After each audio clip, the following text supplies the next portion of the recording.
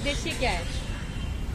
Journalist महोदय, आज हमारा आंशिक धरना है जंतर मंतर की ऐतिहासिक स्थल पर। आपको पता होगा कि 2013 में इसी जंतर मंतर पर सबसे पहले ईवीएम हटाओ का नारा मैंने 2013 में दिया था। आज 15 साल 12 साल गुजरने के बाद सारी पार्टियां, विपक्ष पार्टियां हो या अन्य पार्टियां, ईवीएम हटाओ, बैलेट लाओ शोर मचा रहे हैं। शुरुआत मैंने की थी और 2015 में इसी जंतर मंतर पर सबसे पहला आवाज दिया था, बीजेपी हटाओ देश बचाओ। 2015 में किया था, मेन रोड पे किया था, बड़ा बैनर था 30x40 का। आज पहली बार जब 17 सितंबर 2025 को मोदी जी 75 साल के हुए, मोदी जी ने कहा था कि मैं 72 साल में रिटायर कर जाऊंगा। बात आई थी और चली गई। फिर कहा मैं 75 साल में रिटायर कर रहा हूं, मैं छोड़ दूंगा पद। भागवत मोहन जी आरएसएस के ने कहा कि 75 साल बहुत होता है, रिटायरमेंट हो जानी चाहिए। जब हमारे सरकारी महकमा में, चाहे सेंट्रल सरकार में हो, चाहे राज्य सरकार में हो, चाहे पुलिस डिपार्टमेंट हो, चाहे सैनिक हो, चाहे प्राइवेट हो, सब जगह रिटायरमेंट का एज है। जब सब जगह रिटायरमेंट हो सकता है, जब मजदूर भी रिटायर हो सकता है, तो पॉलिटिकल में ये जो कहा, ये रिटायर क्यों नहीं होंगे? इनकी रिटायरमेंट क्यों नहीं होगी? जब रिटायर होंगे तभी तो पेंशन लेंगे। ये पेंशन भी लेते हैं, सैलरी भी लेते हैं, पेंशन भी लेते हैं, तो पेंशन तो शुरू तब होगा जब रिटायरमेंट होगा। तो इसलिए कल 75 साल हुआ, इन्होंने कहा कि मैं रिटायरमेंट ले रहा हूं, तो इनको रिटायरमेंट ले लेना चाहिए। और उस उद्देश्य से उन्होंने कहा था मैं झोला लेके आया हूँ, झोला लेके जाऊंगा। मैंने कहा शायद खाली चला जाएगा, इसलिए हम फेयरवेल कर रहे हैं। एक हम उनको झोला थैला दे रहे हैं, एक हम छतरी दे रहे हैं, क्योंकि हमारे कहा 3 ऋतु होता है, सर्दी गर्मी बरसात होता है। और हमने घड़ी जब सोएंगे देखेंगे कब जागा कब उठा, तो एक घड़ी भी दे रहे हैं। उनको शौक है हैट पहनने का, तो एक हैट भी दे रहे हैं ताकि वो अपनी खुशियाँ और सेल्फी भी ले सकें। एक चश्मा भी दे रहे हैं, एक हमने उनको लिखने के लिए पेन भी दे रहे हैं। कुछ किताबें भी हम डेमोक्रेसी पे है, ह्यूमन राइट्स पे किताबें भी देंगे। और हमारे साथी जो है कुछ फूल देंगे, कुछ मिठाइयाँ देंगे, बड़ा बक्स बना करके उसमें जो है फूल पत्ती लगा करके हम उनको जो है विदाई का गिफ्ट देंगे। अभी वो दिल्ली में नहीं है, दिल्ली से बाहर है। तो ये हमारा एक फेयरवेल का स्टार्ट है, आगाज है। आज हमने ये आगाज जंतर मंतर पे की है और मुझे पूरा विश्वास है कि ये आगाज अब पूरे भारत में तमाम जो है, चाहे वो विरोधी पक्ष के लोग हों, चाहे और तमाम लोग हों, वो सब ये विदाई समारोह मनाएंगे।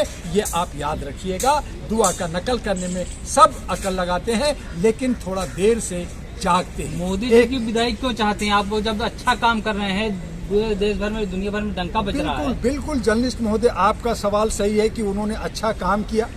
हमें 15-15 लाख दे के खुद रख लिया ताकि उनके जोड़ करके 15-15 करोड़ दे सके। उनको 2 करोड़ रोजगार देने का, तो उन्होंने कहा कि भाई इकट्ठा ही मैं 65 करोड़ जो नौजवान है, मैं इकट्ठा ही सबको सेंट्रल गवर्नमेंट में जो है 5-5 लाख की सैलरी पे रख दूंगा, अभी थोड़ा इंतजार करो। बहुत सारे हमारे जो सरकारी लोग हैं जिनको EPF जो है फॉर्म है, उसके अंदर जो है उनको पेंशन, जिनको 1600 करोड़ खुद खा गए, सरकार का पैसा, उनका पेंशन खा के नहीं दे रहे, तो वो सब करें। अभी जरा सा चुनाव में खर्च कर रहा हूँ, बाद में 16 की जगह 32 ले लेना, 48 ले लेना, 90 ले लेना। तो वो इस तरह का हमें दे रहे हैं। हमें बुलेट ट्रेन दे रहे हैं, बुलेट ट्रेन चलने लगी है। हमारा जो है 6 शहर जो स्मार्ट सिटी बनना था, जो उनका बनारस का एक गांव गोद लिया कि उसको स्मार्ट सिटी बनाऊंगा, उस गांव का जाके देखिए कि भैंसिया किस तरह से गुजर रही है, कैसे उनके सड़कें, कैसे उनकी गलियां, कैसे वहां के लोग रह रहे हैं। ये सब डेवलप 2047 तक का विजन है मोदी जी का। हाँ जी, हाँ जी। अभी तो 12 साल हुआ है, आप और हम दे देंगे। अरे वो तो जो है धृतराष्ट्र की तरह 47 को 100 साल शासन करे, वो तो खुद ही कह रहे हैं। कि भैया जब कांग्रेस 70 साल शासन किया तो मैं 100 साल शासन क्यों नहीं करूंगा? धृतराष्ट्र जो है अंधा 100 साल भारत में शासन किया, तो मैं 100 साल क्यों नहीं करूंगा? तो दीजिए ना, यही तो अंधभक्ति है, यही तो हमारी जो है। अभी तो दिया ना पंजाब को 1600 करोड़। हाँ, 1600 करोड़ दिया। बिहार में चुनाव है, 1 साल पहले उन्होंने जो 1000 करोड़ और योजना परियोजना जो कह के आए थे, वो कुछ कितना मिला? अभी भी तो कह रहे इतना दूंगा, रोड बनाऊंगा, ब्रिज बनाऊंगा, ये करूंगा, वो करूंगा। सारी जुमलाबाजी, एक भी प्रोजेक्ट जो कहीं कंप्लीट हुआ हो। एयरपोर्ट का उद्घाटन की बात कर रहे हैं जर्नलिस्ट महोदय, जो उत्तर प्रदेश में जो है हाईवे पे प्लेन उतार कर करके उद्घाटन हो गया, वही उसी की बात कर रहे हैं, या उसकी बात कर रहे हैं कि सारे एयरपोर्ट जो है अडानी को दे दिया गया, भेज दिया गया, लाल किला को दे दिया गया। आप जो है तमाम, अब तो जो है कुतुब मीनार भी दिए जा रहे हैं, आपका जो है चिड़ियाघर भी, जो हमारा दिल्ली के अंदर बच्चे जो जाते थे कि हम बच्चों को दिखाएंगे, अब वहां पे 500 रुपए का टिकट लगेगा, क्योंकि वो प्राइवेट चिड़ियाघर बन गया। तो यही तो विकास हुआ। भरोसा रखिए मोदी जी पे, बढ़िया करेंगे। बीजेपी के लोग कह रहे हैं भरोसा रखिए, अभी कुछ नहीं। भरोसा अगर आज हमारा ये भरोसा जो है जनाक्रोश का रूप ले रहा है, ये भरोसा हमारे आग के अंदर जो है एक अंगार पैदा ले रहा है। खामोशी तो थी नेपाल में भी, कहा नेपाल के लोग 4 लोग क्या कर लेंगे। उन 4 लड़कों ने, 4 छोड़ दीजिए, एक व्यक्ति ने पूरे नेपाल को नस्ता नबूद कर दिया। पार्लियामेंट हाउस जला दिया, प्राइम मिनिस्टर का हाउस जला दिया, वहां का फाइनेंस मिनिस्टर को भगा भगा के और नदियों में डुबो डुबो के मारा। अगर भारत में ऐसा हो गया, जहां 65 करोड़ नौजवान हैं, जहां बहुत लोग बिखर रहे हैं, जिनको नौकरी और नहीं मिल रहा, महंगाई में मर रहे हैं। आपने कहा था पेट्रोल 35 रुपए करूंगा, आपने कहा था महंगाई में मैं नीचे ले आऊंगा, आपने कहा था। मैं रामदेव बाबा को भी, तो आप नेपाल का नाम लेके मोदी जी को डरा रहे हैं। नेपाल का ही नहीं, मैं श्रीलंका का भी नाम ले रहा हूं जर्नलिस्ट महोदय। श्रीलंका में भी वही हुआ, बांग्लादेश में भी वही हुआ, पाकिस्तान में वही हुआ, और अफगानिस्तान जो ये मेरे सार्क मेंबर कंट्री है, जो मेरा पड़ोसी कंट्री देश है। हाँ, हमारा संविधान है, हमारा डेमोक्रेसी मजबूत है, और इसी वजह से हम थोड़ा सामने हुए हैं। हम अपना डेमोक्रेसी खराब नहीं करना चाहते, सेकुलर नहीं करना चाहते। लेकिन जो आज स्वामी लोग जो है, लोग कह रहे हैं मैं हिंदू राष्ट्र बनाऊंगा, उत्तर प्रदेश में पाकिस्तान बनेगा, पूर्वी में पाकिस्तान बनेगा, तो हिंदुस्तान को टुकड़ा टुकड़ा करने का ये लोग जिम्मेदारी और ठेकेदारी ले रखा है। आज जो नफरत पहुंचा रहे हैं, हिंदू मुस्लिम कर रहे हैं, 36 करोड़ मुसलमान है, 18 करोड़ जो है पाकिस्तान में है, तो 2 पाकिस्तान। आप भारत में कोई मुसलमान बनाना नहीं चाहता, हिंदू राष्ट्र बना करके, और यह हिंदू जो ये जो साधु सन्यासी हैं, वो भारत को तोड़ करके इसको बर्बाद करना चाहते हैं। और फिर कहते हैं अखंड भारत की बात करते हैं, फिर शांति की बात करते हैं, फिर विकास की बात करते हैं, स्वावलंबी आत्मनिर्भर की बात करते हैं। कल 17 तारीख को जब बर्थडे मनाया जा रहा था, तो लोग, हमारे नौजवान, बहुत सारे लोग जो है ठेले और टेबल लगा करके कहा कि लो मैं पकोड़ा बेच रहा हूं, मैं MA किया हूं, मैं BA किया हूं, मैं PhD किया हूं, तो आज तो हम पकोड़ा बेच रहे हैं।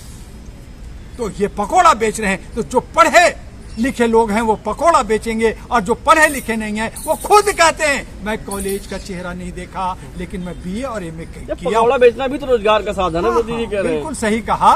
तो अभी तो फिर क्या है को भैया, आप जो है मेडिकल करने के लिए जो आज 5 करोड़ रुपया बच्चों में खर्च होता है, तो आप शिक्षा को फ्री कर दो, आप जो है शिक्षा फ्री कर दो, आप स्वास्थ्य फ्री कर दो। आप रेवड़ी बांट रहे हो, 81 करोड़ को मैं 4 kg चावल देता हूँ, पता नहीं चावल दे रहे हैं कि नहीं दे रहे, और वो डकार रहे, खा रहे। जब उनको लेटरिन आ रहा है तो उसको कह रहे मैंने जो बहुत सारे शौचालय भी बना दिया, अब वो शौचालय किधर है, उसमें पानी कहाँ है, टंकी कहाँ है, वो भी नहीं पता।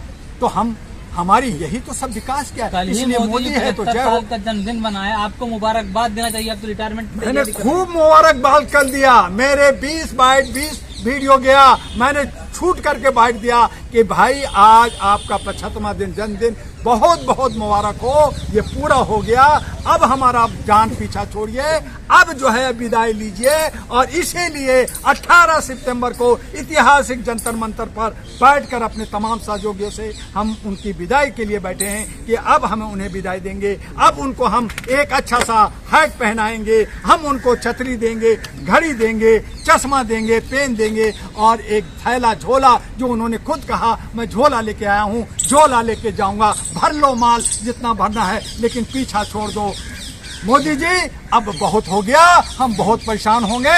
हम तब कह रहे हैं, आपने जो सवाल पहले कहा कि आप नेपाल से धमका रहे हैं, अगर कहा कि अगर एक छोटा सा नेपाल के अंदर ये हादसा हुआ है, अगर आज जो खामोशी दिख रही है, ये खामोशी तूफान का आगाज दे रहा है।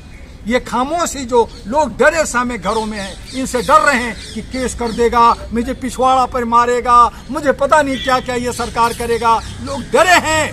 लेकिन जब दिल्ली के गले में घंटी पड़ेगा, जब हितेश जैसे नौजवान घंटी डालेगा, दुआ जैसा बंदा घंटी डालेगा, तो 1, 2, 4 यही लाखों करोड़ों सड़कों पे नजर आएंगे। और फिर यहाँ की सिक्योरिटी, यहाँ के जेट सिक्योरिटी, यहाँ का तोप, यहाँ का गन सब मिट्टी में मिल जाएगा।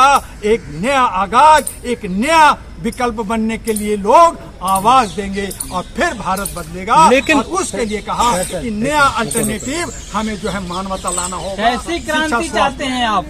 बदलाव, वाली क्रांति की बात कर रहे हैं हम बदलाव लाना चाहते हैं। जो संविधान के अंदर ये लोग जो अपनी मर्जी से चला रहे हैं, अपने मर्जी से सैलरी ले रहे हैं, अपनी मर्जी से पेंशन ले रहे हैं, अपनी मर्जी से इलेक्शन कमीशन को अपने पॉकेट में रखा है, वो जनता द्वारा सरकार होनी चाहिए। और उसके लिए बदलाव जरूरी है, उसके लिए मानवता लाना होगा, जात पात का नफरत हटाना पड़ेगा, उसके लिए शिक्षा स्वास्थ्य फ्री करना होगा, नदियों को जोड़ना होगा, विकास की बात करनी होगी। ना कि सीने पर जो है कमल लेके मैं बीजेपी का प्रधानमंत्री हूँ, भारत का प्रधानमंत्री नहीं हूँ। वो जो है 272 के प्रधानमंत्री का दम भरते हैं, 141 करोड़ का प्रधानमंत्री नहीं कहलाना चाहते हैं।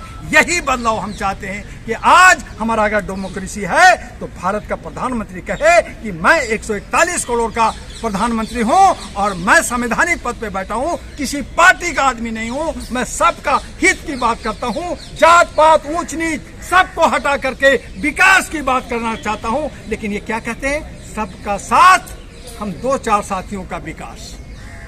तो इस तरह से देश कहाँ जाएगा ये आपको और हमें सब। लेकिन अब तो मोहन भागवत भी ये कह रहे हैं, अभी 3 दिन का वर्कशॉप हुआ विज्ञान भवन में, मोहन भागवत जी कह रहे हैं कि जब तक रहे प्रधानमंत्री रह सकते हैं। वही मोहन भागवत जी का 4 स्टेटमेंट है, मैं निकाल के दे दूंगा वीडियो आपको फुर्सत में, कि उन्होंने कहा था कि 75 साल बहुत होता है, जब सरकारी और हर जगह जब एक उनका जो है रिटायरमेंट का एज है तो 75 साल पे प्रधानमंत्री को गद्दी छोड़ देनी चाहिए, दूसरे को मौका मिलना चाहिए। फिर कहते नहीं काम होना चाहिए, चूंकि वो खुद 75 साल का हो गए। तो आज ये फेयरवेल एक सांकेतिक फेयरवेल है, ये फेयरवेल हम मोहन भागवत। लेकिन बदलाव क्या होगा? मोदी हटेगा तो आप पे कह रहे हैं योगी आएगा। हमारे नौजवान 65 करोड़ कहाँ गए? हमारे IAS IPS जो पढ़े लिखे जो सारे नौजवान हैं, जिनमें आग है देश के लिए काम करना, कहाँ गए? ये लुटेरे लोग खाली नजर आ रहे हैं आपको? क्या हमारे ये गोदी मीडिया जो करोड़ों, आज वो जर्नलिस्ट लोग कहाँ गए जो चप्पल, फटा हुआ चप्पल और फटा हुआ कपड़ा पहन करके आजादी के लिए काम किया था, सड़कों में गलियों में चलते थे और उनको आवाज देते थे? आज ये करोड़ों में बुलेट ट्रेन में और एरोप्लेन में घूम कर करके ये गोदी मीडिया की तरह बात करते हैं, सरकार की बात करते हैं, जनता की बात कहाँ कर रहे हैं? नौजवानों की आप EVM की बात कर रहे हैं, आप EVM की बात कर रहे हैं। EVM की बात पुरानी होगी, अब तो एक एक घर में 4-4 हजार वोट मिल रहे हैं, वो तो उससे हो जाएगा। बिल्कुल जर्नलिस्ट महोदय, 4-4 हजार वोट मिल रहे हैं, तो आप कह रहे वोट चोर गद्दी छोड़। तो जब गद्दी छोड़ेगा तो आप भी तो EVM से ही आओगे, तो EVM हटना चाहिए कि नहीं चाहिए? नहीं। तो मैंने कहा कि वोट चोर EVM छोड़। जब EVM हटेगा, जैसे वोट जो है बैलेट हटा, EVM हटेगा, तो उसकी व्यवस्था क्या होगी? भारत के लोग बैठे मुझसे पूछे, उसके लिए खुल्ला मत होगा, उसके लिए डिजिटल है, डिजिटल से वोट दीजिए, स्क्रीन लगा। अभी बिहार में चुनाव है, क्या मैसेज देना चाहेंगे बिहार में चुनाव में बतौलाबाजी हो रहा है, जुमलाबाजी हो रहा है, और तमाम नेता को, चाहे वो NDA, चाहे इंडिया, चाहे क्षेत्रीय पार्टियां, सबको कह रहे हैं कि जो एजेंडा लेके जो जनता को बता रहे हैं उसका वो एफिडेविट हाईकोर्ट से भरे, इलेक्शन कमीशन से एफिडेविट भरे कि जो मैं कह रहा हूं वो मैं पूरा करूंगा। अगर नहीं किया तो मेरी सदस्यता खत्म होगी, मेरी अचल संपत्ति जब्त होगा और मैं आजीवन कभी भी नेतागिरी या लीडर नहीं बनूंगा। ये एफिडेविट भरे। लेकिन क्या है, जुमलाबाजी करेंगे, जीत जाएंगे, जीतने के बाद बाहर जाएंगे, बाहर आने के बाद कहेंगे ये तो पॉलिटिकल स्टंट था, बोल दिया, फिर वही जंगल राज, फिर वही बदहाल। आज बदहाल है, कल बहाल होगा। अभी चुनाव के वक्त में वहां रोजगार की मांग कर रहे हैं, सारे नौजवान सड़कों पे हैं, कौन सुन रहा है? वो खाली कह रहे हैं वोट चोर हमें गद्दी दो, वोट छोड़ हमें गद्दी दो। तुम्हें गद्दी क्यों दे? क्या तुमने चोरी नहीं किया था? क्या 70 साल कांग्रेस ने चोरी नहीं किया था? हमें कांग्रेस भी नहीं चाहिए, हमें बीजेपी भी नहीं चाहिए, हमें इन तमाम चोर जो पारिवारिक पार्टियां हैं वो भी नहीं चाहिए। 65 करोड़ के नौजवानों में से जो हमारे घर घर में यूथ हैं, जो भगत सिंह हैं, चंद्रशेखर हैं, सुभाष चंद्र बोस जैसे लोग, सोच वाले लोग रखे हुए हैं, वैसे लोगों को हम लोग लाना चाहते हैं। और ये बदलाव बिहार की धरती से दिखेगा।